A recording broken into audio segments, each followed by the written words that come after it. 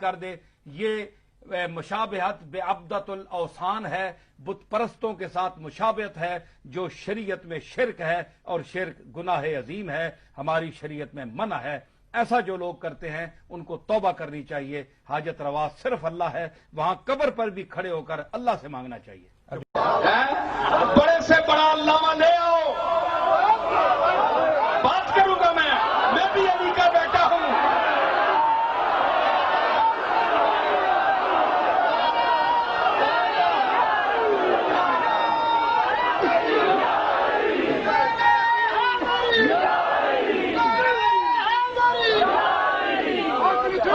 گل سنو، ایک کوئی شک نہیں کہ علی علم کمالات صحابہ کو پوچھو، صدیق اکبر سے پوچھو، فاروق اعظم سے پوچھو، عثمان غنی سے پوچھو، تم میں افضل کون ہے، فضیلت والا کون ہے؟ آپ سن علی، سارے آپ سن علی.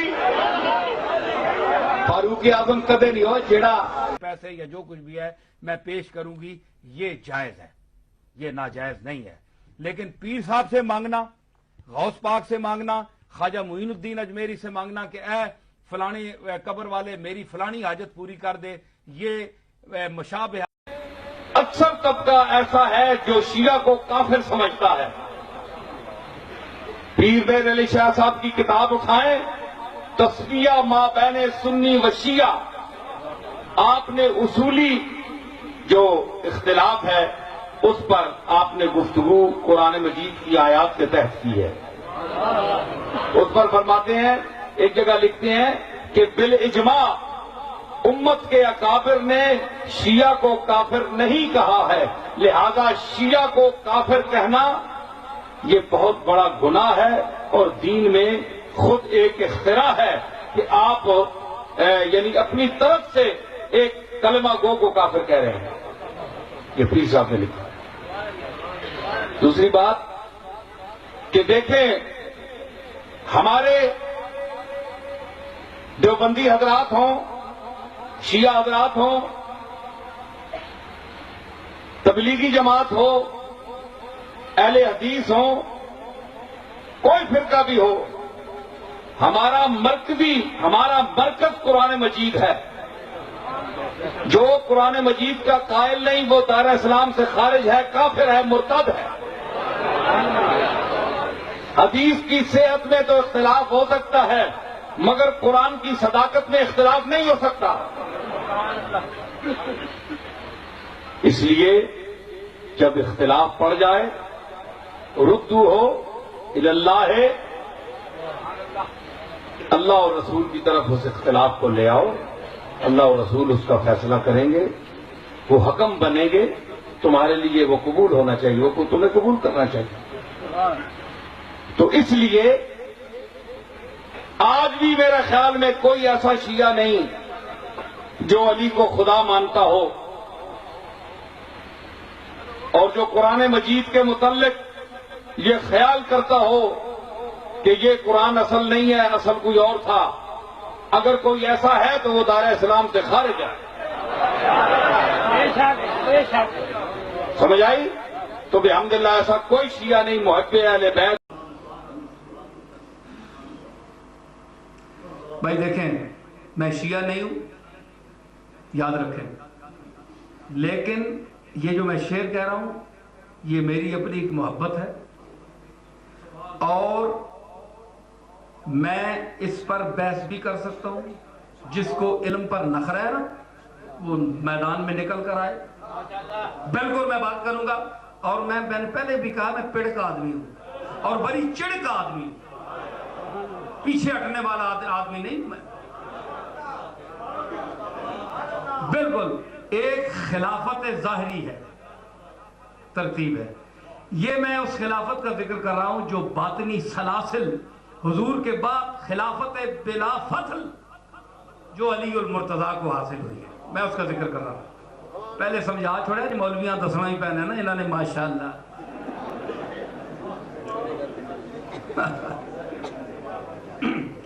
دے کے بستر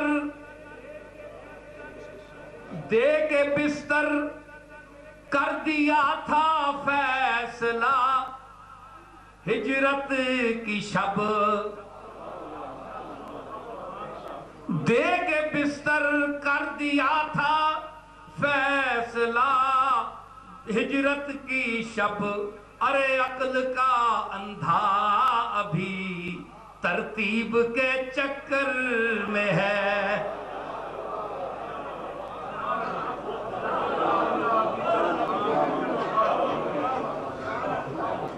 مولوی کو کس کے تھوڑے جے خیر حوصلہ کرو، کوئی گل نہیں، ایسی گل کوئی نہیں بندہ کافر ہونا، کوئی ایسی گل نہیں، بڑی میں پہلے وضاحت کر دی تھی، کوئی ایسی گل نہیں۔ عقل کا دے کے بستر کر دیا تھا فیصلہ ہجرت کی شب، عقل کا اندھا ابھی ترتیب کے چکر میں ہے۔ حسین ابن علی کے غم میں ہوں دنیا سے بیگانہ۔ کوئی سنیو بولو چھوڑے، اسی واسطے میرا دل کر رہا میں ان شیعہ بولیا کرتا، حقیقت ہے تو نہیں ہے، سن ہوئے جڑے مزہ آنے لوگ سننے غم جو ہے دل میں تسی پراپتیاں عیاشیاں دل میں رکھ کے غم حسین نہ سنو، مال و دولت نہ کمانڈ رکھ کے دل میں عیاش آدمیاں غم حسین نال کے تعلق ہے، بدماش کو کیا تعلق ہے؟ غم حسین کے لیے تقوی چاہیے، درد چاہیے، اویس کرنی کا غم چاہیے، جنید بغدادی کا ذوق چاہیے، اور پیر میرے علی کی نظر چاہیے۔ سمجھ آئی؟ تو یہ کام ہم جب، اور پھر میں عرض کروں کہ میں بڑا کھلا سا آدمی ہوں، مجھے نہ سنیوں کا ڈر ہے نہ شیعہ حضرات کا ڈر ہے۔ شیعہ کو میں اس لیے پسند کرتا ہوں کہ یہ اہل بیت کی بات چاہے نظم میں ہو یا نثر میں ہو بڑے ذوق سے سنتے ہیں۔ میں سنیوں سے گلہ کرتا ہوں، اور میں کئی دفعہ کہتا ہوں یار اگر تم نے اتنی یہ بھدی مجلس رکھنی ہے کہ تم کوئی یعنی چوں چرا نہیں کرتے کہ ہم سمجھ رہے نہیں، تو میں نے کہا میں پھر شیعہ مجلس میں جایا کروں گا۔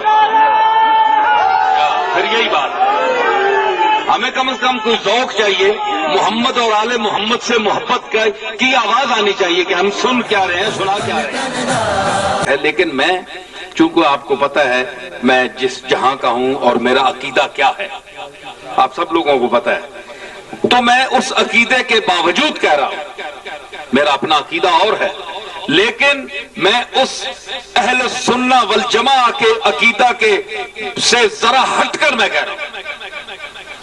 آپ ذرا ہٹ کر نہیں کو بول سکتے شاید، بٹ ہٹ کر نہ بولیں، کیونکہ شیعہ مسلک سے آپ ذرا ہٹ کر نہیں بول سکتے، کیونکہ آپ پر اعتراض کیا جائے گا کہ تم شیعہ مسلک کو چھوڑ گئے۔ تو میں ڈرنے والا نہیں ہوں، میں اہل سنت سے بھی ذرا نکل کر بول رہا ہوں۔ ہاں میں نکل کر، آپ نکل کر نہیں بول سکتے، میں بول رہا ہوں۔ پھر دیکھیں دلیری میری ہوئی کہ آپ کی ہوئی؟ ہاں میں جو بول رہا ہوں تو میں کہہ رہا ہوں کہ ان سے محبت جو ہے کہ صدقہ مانگا جاتا ہے کس سے؟ گھر والے سے اس کے بچوں کا۔ آپ بتائیں، میں کوئی تانا نہیں کر رہا، میں ان کے احترام کرتا ہوں، جناب صدیق اکبر کا، جناب فاروق اعظم کا، جناب عمر کا، سب کا میں نیازمند ہوں، سب کی عزتوں کو اپنے سر آنکھوں پر رکھ کر میں کہتا ہوں کہ کوئی شخص دوستوں کا صدقہ نہیں مانگتا۔ بات تو کرے نا، دوست کتنے بھی ہوں، چاہے پاس بیٹھنے والے ابو بکر صدیق ہوں، چاہے فاروق اعظم ہوں، چاہے عثمان غنی ہوں، عبداللہ بن مسعود ہوں، عبداللہ ابن مبارک ہوں، کوئی بھی ہوں، محدثین میں ہوں، کوئی بھی ہوں، نیچے تبع تابعین میں ہوں، بڑے بڑے لوگ ہیں، لیکن آپ صدقہ مانگیں گے تو بچوں کا مانگیں گے کہ بچوں کا صدقہ۔ آج تک کسی نے یہ نہیں کہا کہ یار تمہارے محلے میں یا تمہارے ساتھ جو ساتھی بیٹھتے ہیں بڑے تمہارے کوڑے دوست ہیں، بہت یار ہیں، تمہارے یار غار ہیں، بہت نزدیک ہیں، ان کا مجھے صدقہ دے دو۔ کبھی کسی سے آپ نے نہ سنا ہوگا، نہیں سنا ہوگا۔ تو میں اہل سنت سے معذرت کر کے میں کہوں گا کہ ہمیں اتنا حق دیجئے کہ ہم اپنے آباء و اجداد سے محبت کا جو ہمارا مذاق ہے، جو ذوق ہے، جو اصل بات ہے، ہم کہیں. ہم کیوں پابند ہیں اہل سنت والجماعت کے اس گھسے پٹے پرانے طریقے کی کہ ہمیں اجازت نہیں ہے کہ ہم اس سے ہٹ کر بات کریں؟ میں ایک بہت بڑی بات کر رہا ہوں اور میں ایک بہت بڑے سٹیج کا آدمی ہوں، اور ہمارے گولڑا شریف کا جو سٹیج ہے اس کو انشاءاللہ پیر میرے علیہ عشاء کے حوالے سے دنیا جانتی ہے، اور صرف جانتی نہیں مانتی ہے. اور اس لیے مانتی ہے، دولت اور پیسے اور محلات کی وجہ سے نہیں مانتی. میرے دادا نے جو علم کی دھاک بٹھائی ہے اور علی کی وراثت کو اپنایا ہے اور علی کا وارث خود کو ثابت کیا ہے، اس وراثت کی وجہ سے دنیا مانتی ہے ہمیں. دنیا دار تو اور بھی بڑے بڑے پھرتے ہیں، پورا پاکستان بھرا ہوا ہے. دنیا دولت کی وجہ سے نہیں ہے، دولت علم کی وجہ سے. اس لیے کہ مولا علی نے ارشاد فرمایا تھا اپنی ایک ربائی میں کہ رضینا قسمت الجبار فینا لنا علم وللجہال معلوم. جناب علی فرماتے ہیں دیکھیے کہ ہم اللہ کی اس تقدیر پر راضی ہیں، اللہ نے جو فیصلہ کیا ہے ہم اس پر راضی ہیں کہ لنا علم وللجہال معلوم. ہمیں اللہ نے علم دیا ہے اور جاہلوں کو مال دیا ہے. جو جاہل ہیں، ان پڑھ ہیں، جو اس قابل نہیں تھے علم کی دولت کو سنبھالنے کے لیے، جو اس کے اہل نہیں تھے، فرمایا ان کو دولت دے دی، پیسہ دے دی، پراپرٹی دے دی، جائیداد دے دی. کیوں؟ لِأَنَّ الْمَالَ يَفْنَى عَنْ قَرِيبٍ وَأَنَّ الْعِلْمَ لَيْسَ لَهُ زَوَالُ. اس لیے کہ مال ان قریب فنا ہو جاتا ہے. رات کو چور پہنچ جائے، غائب، ختم، چوری ہو گیا. اور اگر بینک پر ڈاکہ پڑ جائے، بینک کا دیوالیہ ہوگا، پیسہ ختم. کسی نے چھین لیا، بندے کو قتل کیا، بندہ، پیسہ بھی ختم، بندہ بھی ختم. مال تو فنا ہونے والی چیز ہے، دولت اور پیسہ تو آنی جانی چیز ہے. جناب علی نے فرمایا وَأَنَّ الْعِلْمَ لَيْسَ لَهُ زَوَالُ. علم کو زوال نہیں ہے. انسان جب تک رہے گا اس وقت تک اس کا توتی بولتا رہے گا، اور جب علم کا سرمایہ پیچھے چھوڑ کر جائے گا تو قیامت تک دنیا اس کی تصانیف پڑھ کر اس کے علم کو زندہ رکھیں گی، اس کے کام کو بھی زندہ رکھیں گی اور اس کے نام کو بھی زندہ رکھیں گی. ٹھیک ہے؟ تو نام بھی زندہ رہے گا، کام بھی زندہ رہے گا. کیوں؟ تو پھر مقام کس کو حاصل ہوا؟ دنیا کے مال کو یا علم کو؟ علی کا نام آج تک کیوں زندہ ہے؟ علم کی وجہ سے ہے. میں بڑے معذرت کے ساتھ پھر میں عرض کروں گا کہ مجھے معاذ اللہ کسی کی تنقیص وہ مقصد نہیں ہے کہ میں رسول اللہ کے کسی صحابی کو کی تنقیص کروں یا ان کا کوئی مرتبہ کم کروں، ایسی بات نہیں ہے. بہرحال صحابہ میں فرق ہے. تلک الرسل فضلنا بعضهم علی بعض. اللہ نے رسولوں کو بعض رسولوں پر بھی فضیلت دی. اسی طرح اگر رسولوں کو فضیلت دے سکتا ہے کہ وہ صحابہ کو فضیلت نہیں دی. صحابہ پر کئی لوگ جو ہیں وہ افضل ہیں. تو اب یہ جو ہے کہ یہ معیار جو ہم نے رکھا ہوا ہے، ہم یہ نہیں کہتے. ہم فیصلہ کرنے والے کون ہیں کہ کون افضل ہے؟ یہ تو اللہ جانتا ہے کون افضل ہے. اللہ کے ہاں کون افضل ہے یہ تو اللہ جانتا ہے. لیکن ہمارے پاس ایسے لوگ جو اس پر ضد کرتے ہیں، تو ایک شخص نے اسی طرح ضد کی کہ نہیں جناب، پہلا جو ہے وہ اول ہے، وہ افضل ہے، اور جو ترتیب کے مطابق ہے. میں نے کہا پھر رسالت کی ترتیب کو ذرا دیکھو کہ پھر جس کو تم افضل سمجھتے ہو اس کو تو پہلے ہونا چاہیے. کیا رسول اللہ معاذ اللہ آخر میں آ کر معاذ اللہ سب سے کم ہے؟ افضل ہے. تو پھر یوں تم کہو کہ پھر جو آخر میں خلافت میں آخر میں آیا اس کا پھر مقام خود متعین کرو، وہ کیا ہے؟ دیکھو نا، اگر منطق ہے تو منطق سے بات کرو. تو مطلب ہے کہ ہمیں یہ فیصلہ نہیں کرنا چاہیے، یہ تو عوام فیصلہ کرے گی کام دیکھ کر، مقام دیکھ کر. سمجھ آئی؟ تو یہ کام ہم جب، اور پھر میں عرض کروں کہ میں بڑا کھلا سا آدمی ہوں، مجھے نہ سنیوں کا ڈر ہے نہ شیعہ حضرات کا ڈر ہے۔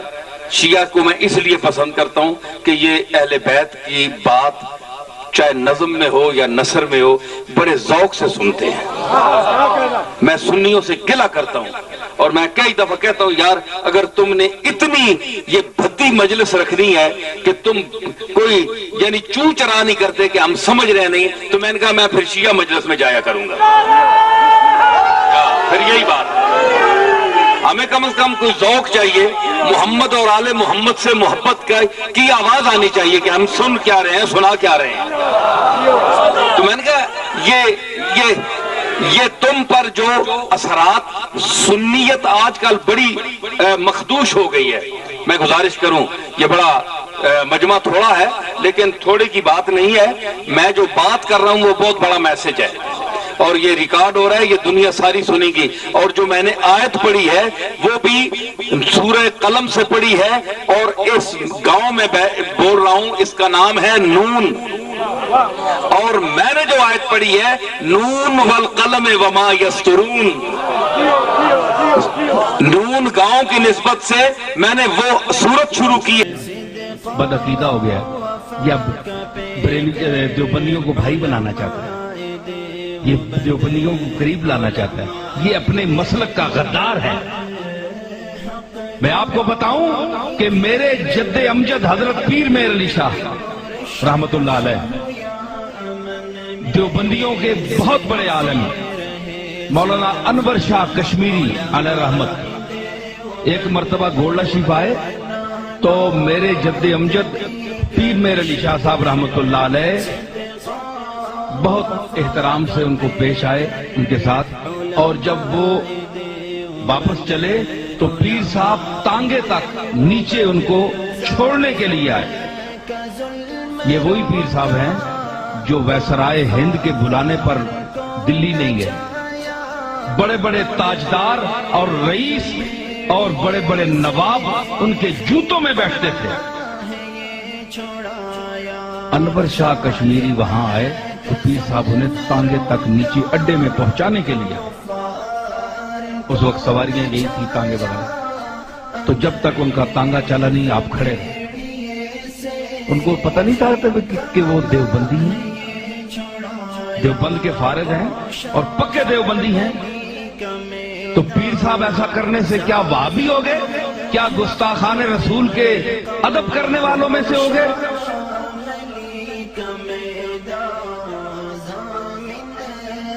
یہ میرے سامنے مفتی ظہور اللہ ہاشمی بیٹھے ہیں، یہ مولانا محب النبی کے صاحبزادے ہیں۔ کل بھی وہاں مفتی عبدالشکور ہزاروی آئے تھے وزیر آباد سے، تو میرے پاس بیٹھے رہے تو یہی باتیں چلی، تو انہوں نے مجھے بتایا کہ ہمارے استاد مولانا محب النبی صاحب نے اپنے شیخ اور استاد حضرت پیر مہر علی شاہ صاحب رحمت اللہ علیہ کی تھا، کسی دیوبندی کو کافر نہیں کیا۔ اتنا بڑا علامہ، آج تو ہر آدمی علامہ بنا پھرا ہے، لیکن مولانا محب النبی بڑے عالم تھے، میں نے ان کی زیارت کی ہے۔ میرے دادا کے پردادا کے شاگرد بھی تھے اور مرید بھی تھے، تو انہوں نے کیا کہا، وہ دیوبندیوں کو کافر نہیں کہا، صرف شیر خدا کے جنگوی فاروق اظہار، شعیب حبیب مختار، جنگوی فاروق اظہار، شعیب حبیب مختار، چھلنی کرے بدن علماء دیوبند، نانات بھی کلشکر صدق